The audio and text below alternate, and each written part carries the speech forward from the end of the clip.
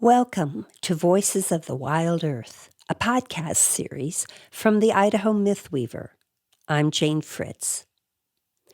I first encountered the Nez Perce, or Nimi'ipuu, in 1989 when I walked through the doors of the unique, triangular-shaped building of the Nez Perce National Historical Park near Lapwai, Idaho. Their story was my introduction to Idaho's native peoples. And for the next 13 years, I worked on cultural projects with the Lapwai tribe, including producing features and documentaries for public radio. In 2020, I returned to the Wallowa country in Northeast Oregon after a 23-year absence.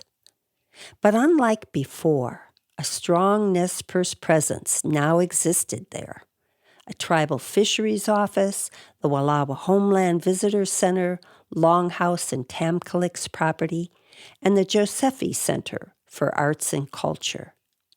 It was at the Josephi where I met its remarkable and knowledgeable library director, Rich Wandschneider. Let's have Rich tell us his and the Nimi'ipuu story.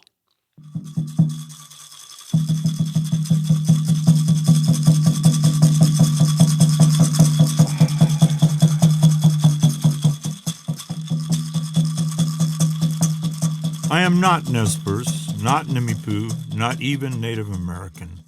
My families got here from Norway and Germany in the 1880s and 90s, a time when the settler country was done with its Indian wars and intent on making Indians civilized and more like them, white. I grew up in America in the 1940s and 50s, a half-century after those futile efforts, and came to the Wallowa country in eastern Oregon in 1971, less than a century after the Nez Perce War of 1877. This country had been the ancestral home to Chief Joseph and the Wallowa band of the Nez Perce Indians. Joseph's tragic last visit here was in 1900. I eventually met Ben Weathers, who would have been here to shake Joseph's hand as he was spurned by the citizens. Over 200 locals circulated a petition saying that the good white citizens did not want any lazy Indians in their country. And the newspaper wrote that the locals, quote, made sport of the old chief. Historically, white men wrote petitions and newspaper articles and letters to the government. Indians didn't record the colonizers' actions, nor their own troubles, in writing. But Indians write now. They go to law school and forestry school, have their own newspapers and radio stations. Some old white men, and scholars of every color, ethnicity, and gender, are examining the past with a more critical eye. Sometimes, as the Methodists have done here in the Wallowa, returning land, and as Pope Francis recently did in Canada, apologizing for past sins. And the Nez Perce are returning to the Wallowa. Who are they? Why and how did they leave? And what does their return look like? Let's begin with a brief history. The Nez Perce were one of several indigenous nations in what we now call the Inland Northwest. They and their Umatilla, Walla, Cayuse, Yakima, and Palouse relatives spoke Sahaptian dialects. They traveled extensively by foot and canoe, moving up and down with the seasons, hunkering in river canyons in family groups in winter, moving to higher ground in spring in larger numbers, called bands, that were often denoted by geography or by a leader's name. Archaeologists have found evidence of human habitation on the Salmon River in the region that dates to more than 16,000 years. The band of Nez Perce that lived in the Wallowa was called Walwama, people of the Wallowa, although Chief Young Joseph, in his famous 1879 speech in Washington, D.C., said that he was of the Walamutkan band of the Chutpanat Palu, or Nez Perces. Walamutkan would have been his grandfather, the father of old Joseph, Tuwikikas, who is now reburied at the foot of Wallowa Lake.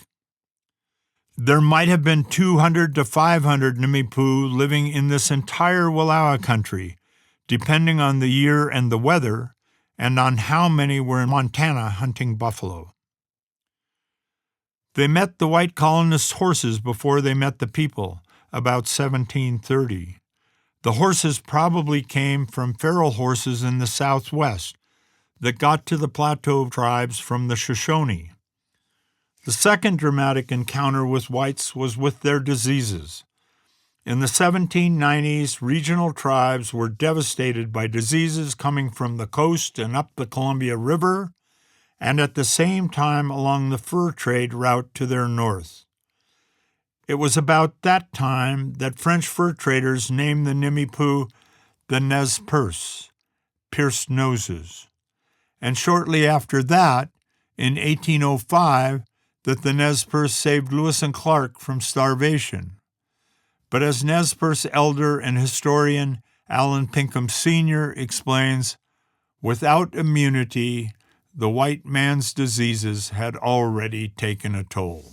Nez Perce amounted to between 6,000 and 7,000. That was in 1805. By 1900, our numbers were only 1,300. But even prior to Lewis and Clark, we had also suffered at least 2 epidemics that wiped out whole villages along the Salmon and the Snake and the Clearwater. We lost thousands of our tribal people to diseases. Other than the Corps of Discovery, the explorer Captain Bonneville, and the occasional fur trader, the first white men that came to the Nez Perce were missionaries. In 1836, Marcus and Narcissa Whitman and Henry and Eliza Spalding arrived among the Cayuse and the Nez Perce. Whitman converted almost no Cayuse and died at the hand of natives upset that his doctoring had not helped them with measles. Eliza Spalding learned the Nez Perce language, and her husband converted many Indians, including Tuikikas, who took the name Joseph. He was later known by whites as Old Joseph. Whitman, unsuccessful at converting Cayuse, recruited settlers, and the wagon trains began rolling in 1843. The Wallowa country was off the trail, but enough Northwest settlers had arrived to encourage Washington governor, Indian agent, and railroad surveyor Isaac Stevens to call a big treaty council in Wallowa in 1855. His intent was to contain all the inland tribes on just 2 reservations. But when over 2,000 Nez Perce arrived on horseback at the treaty grounds, plans changed. The Nez Perce got their own reservation, reserving 7.5 million acres of their traditional lands along the Snake and Salmon rivers and smaller tributaries. Gold was discovered in Idaho in 1860, and a year later there were 15,000 white miners living on reservation lands, illegally. In 1863, the U.S. government called for a new treaty, reducing the reservation by 90% and dividing the Nez Perce Nation into those who signed the treaty bands and those who did not, the non-treaty bands. Old Joseph would not sign, threw away his Bible, and came back to the Wallowa to live. When he passed in 1871, the first white settlers were coming into the Wallowa. His son, Hinmatuyalutket, or Young Joseph, became the band's leader. He would face the intrusion. Settlers kept coming, and in 1877, Joseph was given 30 days to get his people out of the Wallowa. Forced out during spring flood, with women, children, and old people, and hundreds of cows and horses, they crossed the Snake River at Dugbar without losing a native soul. They intended to move to the reduced reservation at Lapwai, Idaho, but a few angry young natives killed some white Idaho settlers in revenge, and a 5-month-long, 1,200-mile fighting retreat was on. The 1877 Nez Perce War had commenced. The Nez Perce were brilliant, but even after evading 4 American armies, they were pinned down in the Bear Paw Mountains of Montana, 40 miles shy of Canada. Some escaped across the border, but Joseph and most of the Nimi'ipuu rode and were boated and railroaded to Bismarck, North Dakota, and then to Fort Leavenworth, Kansas. They were eventually moved to Indian Territory in Oklahoma, to what the descendants still refer to as the hot place. After 8 years and 2 trips by Joseph to Washington, D.C., where he pleaded for his people's return to the West, about 300 remaining Nez Perce were allowed that return, but not to Oregon. Nor could Joseph and his close followers go to Lapwai in Idaho. Returnees were divided, with about half going to Lapwai and the Wallowa band sent to the Colville Reservation in Washington, where Joseph's boyhood friend, Chief Moses, took them in.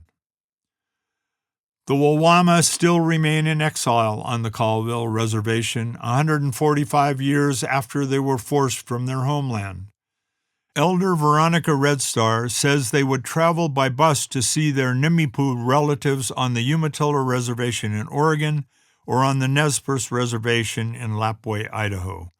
It was always a painful reunion for her grandmother. One of the things that happened is when we get there, we go into the home, and my aunts or whoever greeted us, they would go up to my kutsa and they'd start weeping. They would cry. And I never understood why they did that. Later on, our mother shared with us, it's because we're all separated as a people. We're all split apart. We can't see each other every day. And so when you go visit them, it's because they miss each other. They miss each other dearly. But along with their kin from Umatilla in Oregon and those in Idaho, Joseph's people on the Colville Reservation are finding their way back to the Wallowa. Listen next time for the story of their determined return. For the Idaho Mythweavers, Voices of the Wild Earth, I'm Rich Wandschneider in Joseph, Oregon.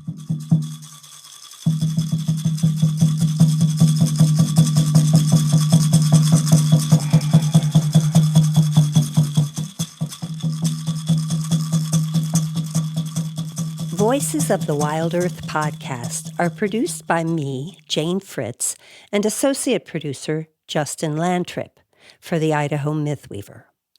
Special thanks to writer and producer Rich Wandschneider of the Josephi Center for Arts and Culture, and Bob Webb of Enterprise, Oregon, for his engineering assistance.